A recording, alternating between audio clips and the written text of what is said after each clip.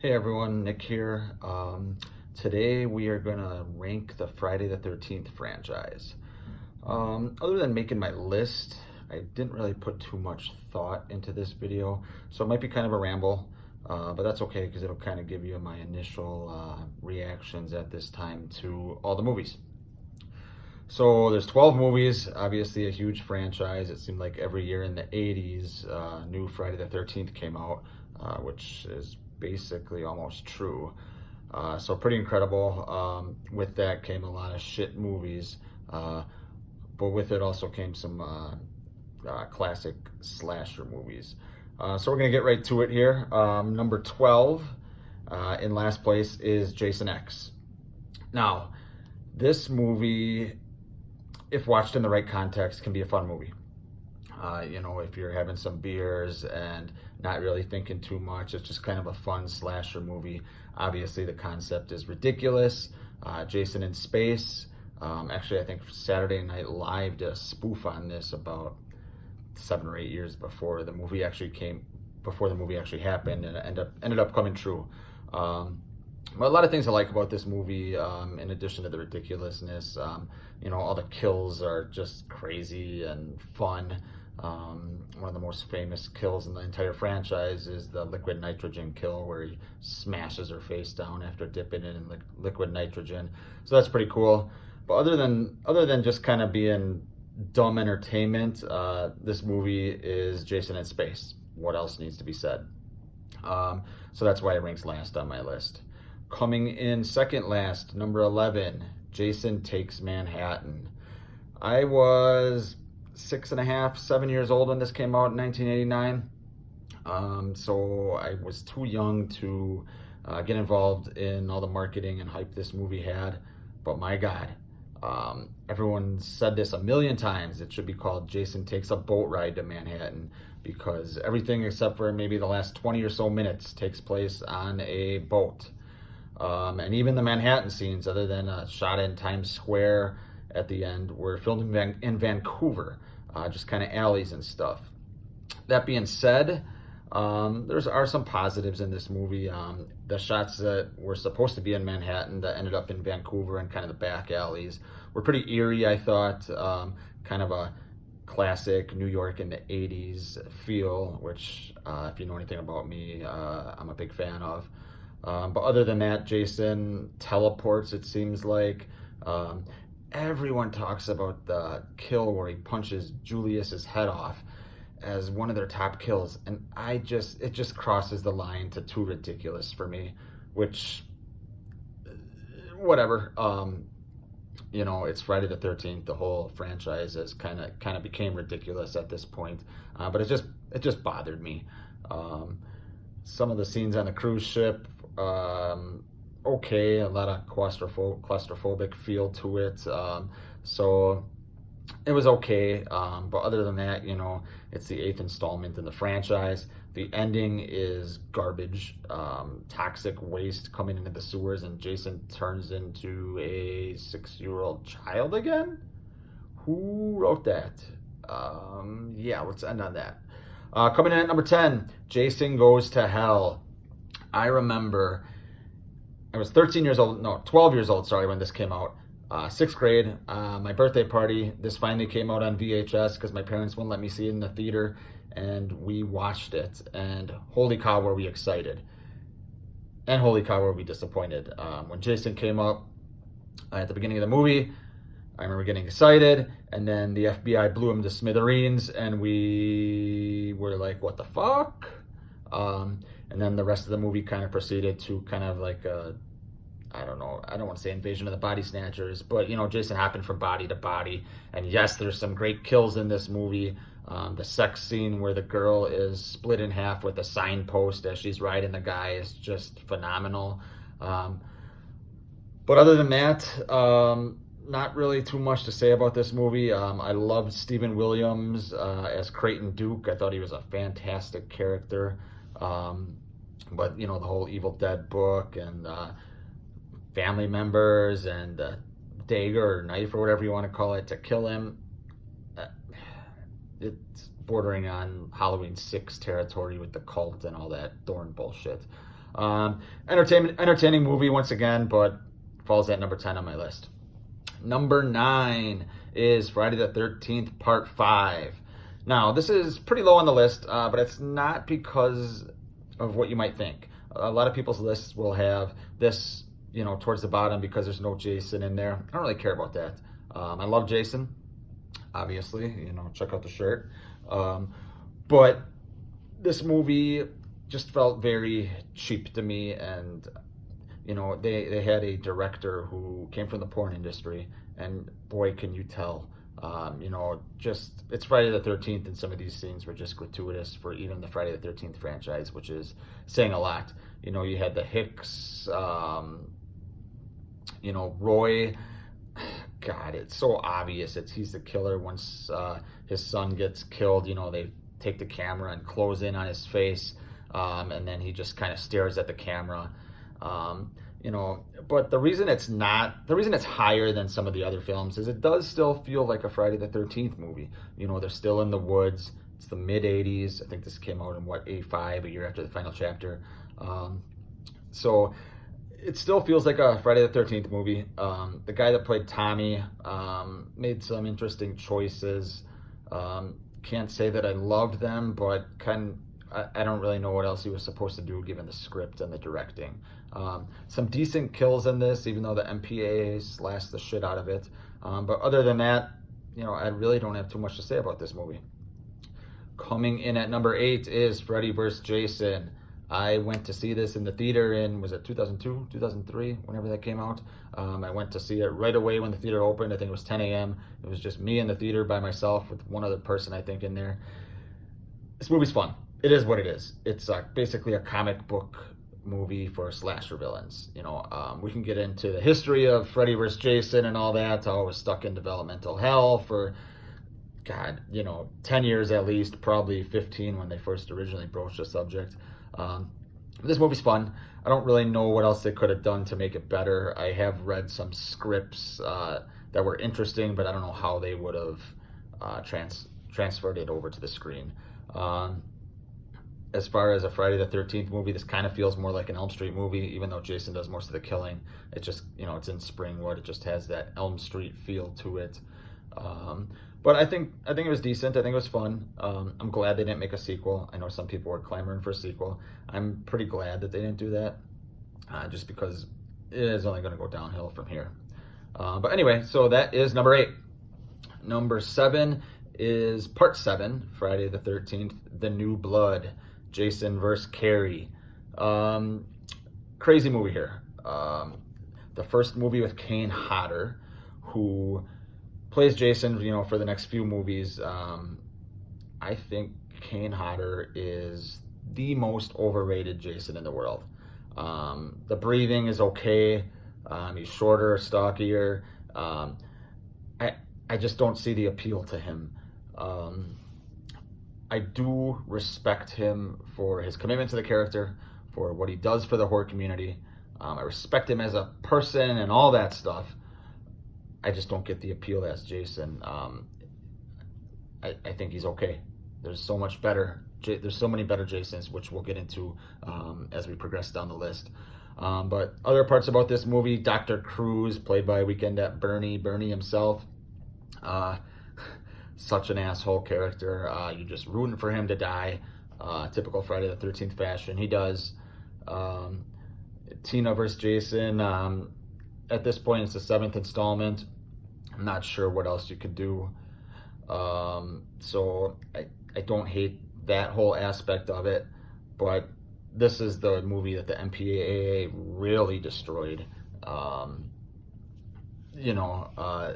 Every kill, they cut off screen. Jason's going in for the kill, and all of a sudden all you see is the aftermath, which is kind of annoying. I wish they'd come out with a director's cut or something like that.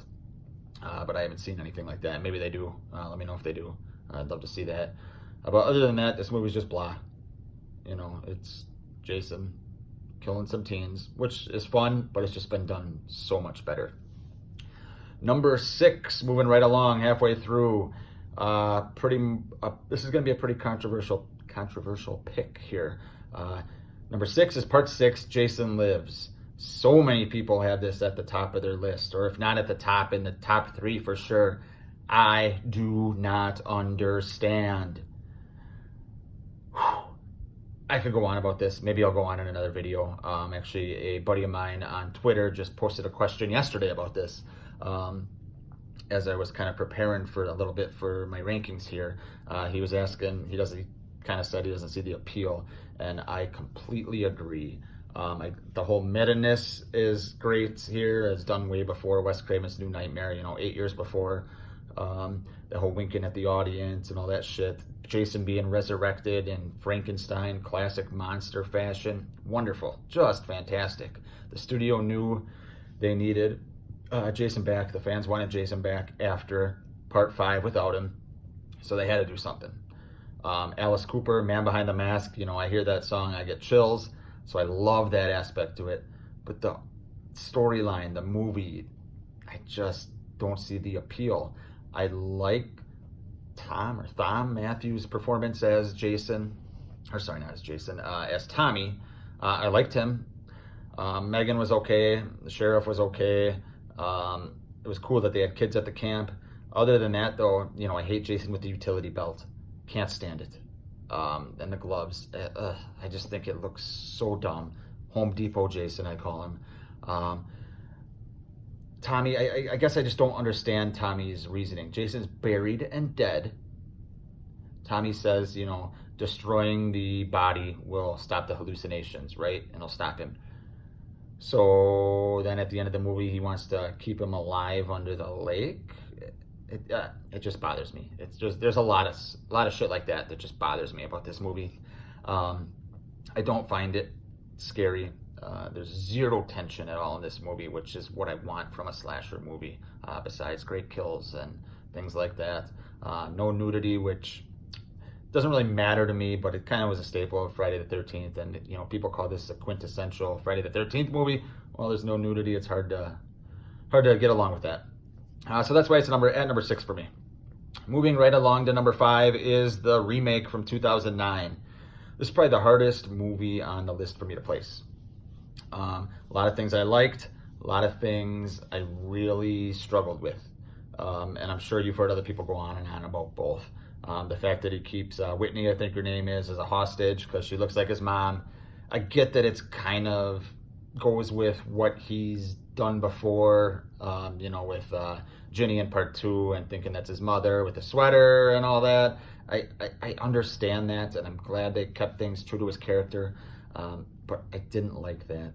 Jason's a killer. Derek Mears' performance as Jason is fantastic. The best since the first few Friday the 13th. Excuse me. I thought he was just excellent, as kind of like survivalist in the woods, and he was very creative. He set up booby traps to let him know that people were around. Used a bow and arrow. I thought all that was cool. He ran finally again. All that was cool. The characters in this movie suck ass. Trent, I know you're supposed to hate him. I understand that. But what's the purpose of this guy? How does this guy have any fucking friends besides the fact that his dad's rich?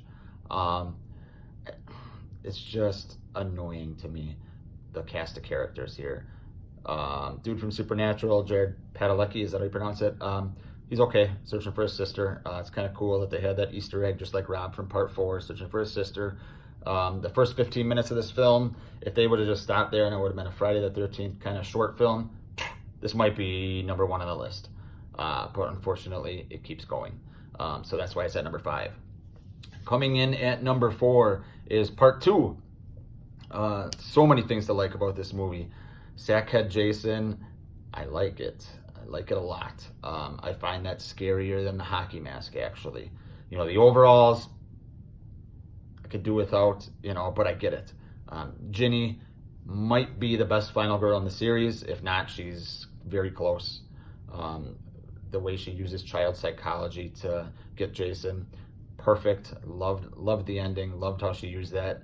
The movie's pretty short. I think it comes in at under 90 minutes, and the first 5 or 8 minutes of that is kind of Alice screwing around in her apartment with flashbacks. So it's a short movie. which I actually think works in its benefit because, you know, you kind of get into the initial introduction of characters, and then, you know, boom, right to the killings. I thought that worked in its favor. I thought it had a lot of eeriness to it. Did a good job kind of using the template that the original had and kind of expanding it a little bit. I don't need to go into the logistics of how Jason is alive after part one and all that. It's kind of irrelevant. I thought this was a great movie, and that's why it comes in at number 4. All right, top 3 people. Coming in at number 3 is the OG, the original Friday the 13th from 1980. Tough movie for me to rank again. Obviously, it kind of set the standard. I mean, Halloween set the standard for real, but I don't consider the original Halloween a slasher film. But this is kind of the film that kicked the door down to the slasher craze of the 80s. Had Kevin Bacon, awesome kill, getting the arrow through the throat. You had Mrs. Voorhees, who in some ways is even scarier than Jason. You know, mommy, help me! Mommy, help me! I will, Jason. Like, just classic shit there. Just classic. Yes, the reveal is stupid. I know. It's a whodunit where you don't meet the killer until she kind of shows up at the end. I get it that that's stupid. But the atmosphere of this film, the way it's filmed, you know, when the storm sets, just perfect. I think it's the most underrated aspect of this franchise is the original's kind of atmosphere up on the lake. I think it was filmed in the Northeast, I want to say, actually, in New Jersey, maybe.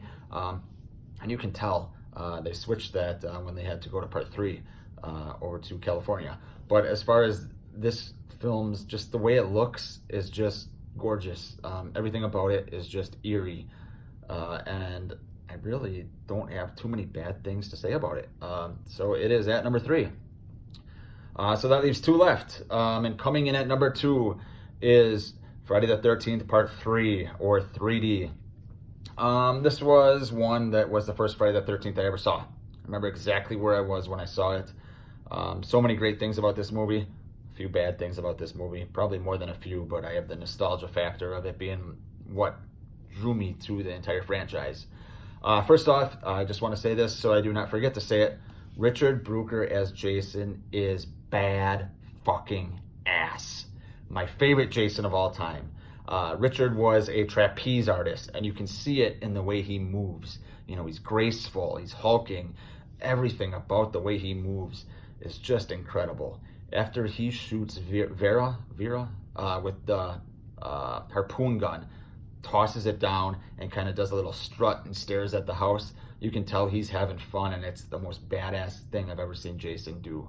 I love that aspect of the film. This film has the best final chase scene possibly in any horror movie. It's definitely my favorite final chase scene. You know, you have Rick's body thrown through the glass. Jason enters. You know, Chris runs upstairs, throws dumps the bookshelf on him, goes and hides in a closet, attacks him with a knife, jumps out the window, hits him on the head with a log, runs to the car. The car runs out of gas. Jason sticks his hands through the window. She shuts the window on him, smashes the window with his mask, runs over to the barn, which was just a cool scene. Just having that barn there was pretty cool, I thought. You know, when she's up on the rafters in the barn, another great Brooker moment as Jason is, he just starts tearing the barn to shit looking for her. He's pissed off. He wants her dead, and that is just awesome.